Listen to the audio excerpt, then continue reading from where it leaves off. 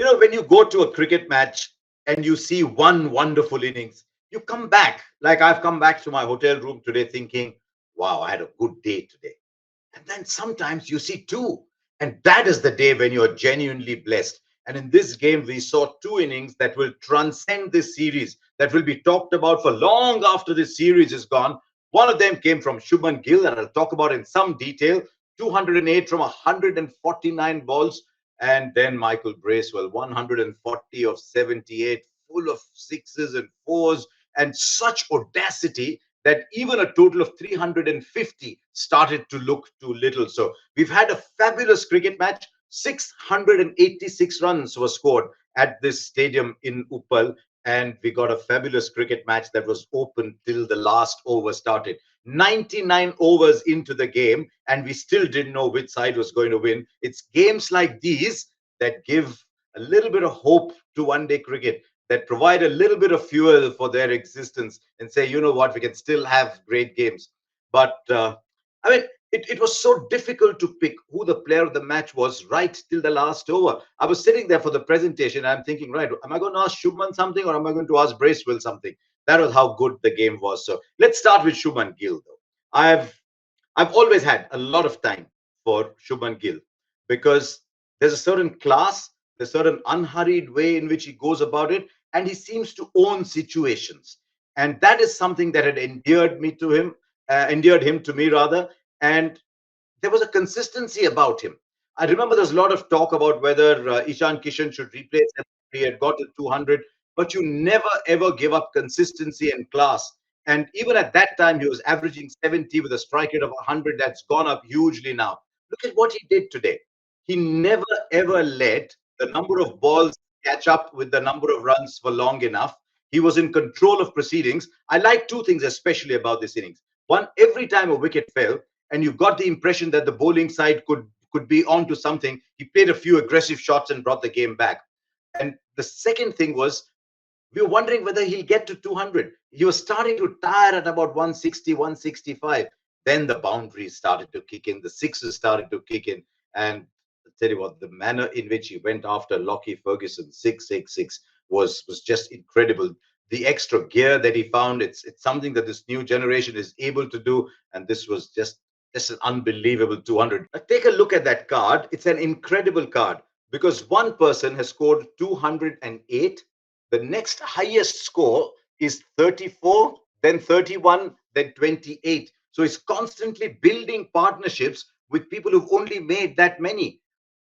There's been a lot of talk about Rohit Sharma's form. Personally, I don't have an issue with Rohit Sharma's form. He hasn't scored 100 for 15 innings now. But Rohit Sharma will always be compared with what Rohit Sharma has done in the past. What he's doing now is he's got that strike rate up. In the last 10, 15 games, he's averaging 43 with a strike rate of 114. Most days, you will take that. Now, you look at what he's done each time. Each time he's produced a start. Now, because it's Rohit Sharma, you think he's got to go out and score 100. The 100 will come because he's not batting badly. He's looking in control, but he's still doing his job as an opening batsman at the top. So at the moment, I'm not worried about Rohit Sharma. Now, the Hardik Pandya dismissal. I was sitting next to the commentary team when we first saw it. We thought, it's out. Then we saw it from the square camera. The square camera suggested that Tom Latham had collected it about half an inch over the stump, and that maybe it had got the glove had flicked the bail off. Some people said that they heard a sound as the ball was passing, and that maybe the ball had just nicked the stump as it was passing. But my take on that was that you could not be 100% sure. If you are absolutely 100% sure, then you give the decision in the bowler's favor. If you're not, you still go in the batter's favor. So I was a little surprised by that. I tend to be very sympathetic towards umpires. So I'm still going with the thought that maybe the umpire heard something, and that was what made him change, made him offer that decision. So it didn't matter eventually, but it could on a bigger day.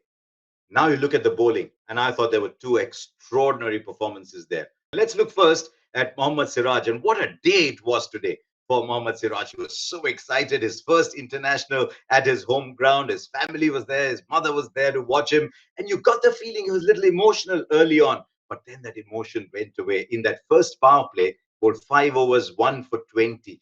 then came back right at the end, picked up another couple of wickets, and he's become Rohit Sharma's go-to bowler. You look at those numbers: 10 overs, 4 for 46 in a 350 run chase. Those are numbers that Bumrah at his very best would be very proud to possess. And when you see someone just grow and start to take more responsibility, it's one of the things you look for in a young cricketer. And the few things have given me more happiness than to see the growth of Mohammad Siraj. The other was Kuldeep Yadav, and I think he's getting more and more comfortable bowling at that extra pace. He's pushing the ball through sometimes. I thought the dismissal of Nichols was fantastic. Just did him in completely in the air. Couldn't read the ball off the track to get a left-hander bowled off stump was fantastic. So Kuldeep Yadav 8 overs, 2 for 43. I would have liked to see him bowl 10 overs, but the moment Michael Bracewell started to play the way he did, it was always going to be very difficult to go back to Kuldeep Yadav. And I'll say a word in favor of Shardul Thakur here. His first 5 overs, he only conceded 13 runs. Then 2 difficult overs, but guess what? He's got a heart that's huge. He came back and agreed to bowl the last over. And as it turns out, the Lord just makes things happen. But India bowling very well. I mean, you look at a performance like that from Michael Bracewell and you say, was the bowling really good enough? And most times it was very, very good. So which was the better innings? Shubman Gill, 208 of 149 balls to the next best of 34, taking India to 349. Or Michael Bracewell from 131 for 6, scoring 140 or 78 balls and almost taking New Zealand through to one of the most improbable wins you will ever see. I actually don't know which was the better innings because both had something to say in favor of them. They were both absolutely sumptuous innings. All I will say is it was just such joy to be at the ground watching that happen.